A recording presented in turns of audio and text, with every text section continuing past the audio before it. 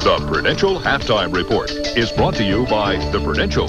In a changing world, one thing remains rock solid. The Prudential.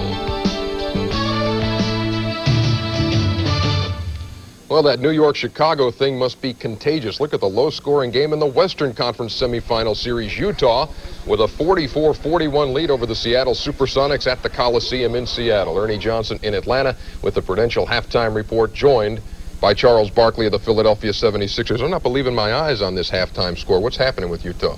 Utah's playing a perfect half of basketball. That does two things. Number one, it stops the crowd from getting into the game.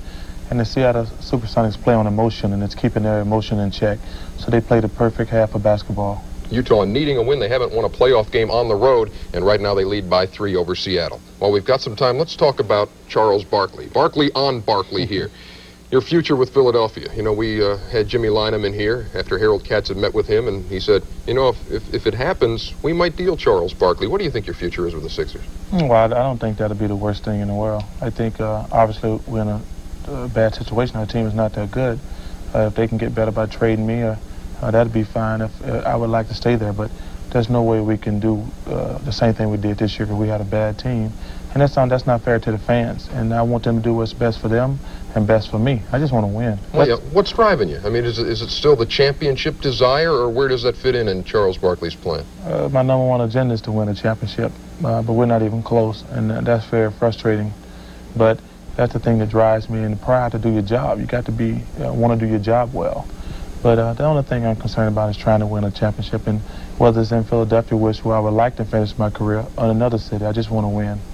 How about Charles Barkley, the person, the image that a lot of the people out there, the basketball fans have?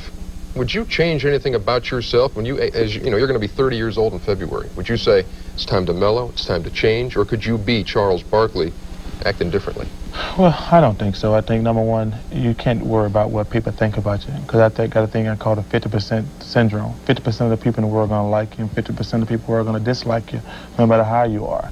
I try to bring out and talk about a lot of important things like racism and things like that, and it offends people. But I don't sit around and worry about what people think about me, because I know who I am, and I think God knows who I am.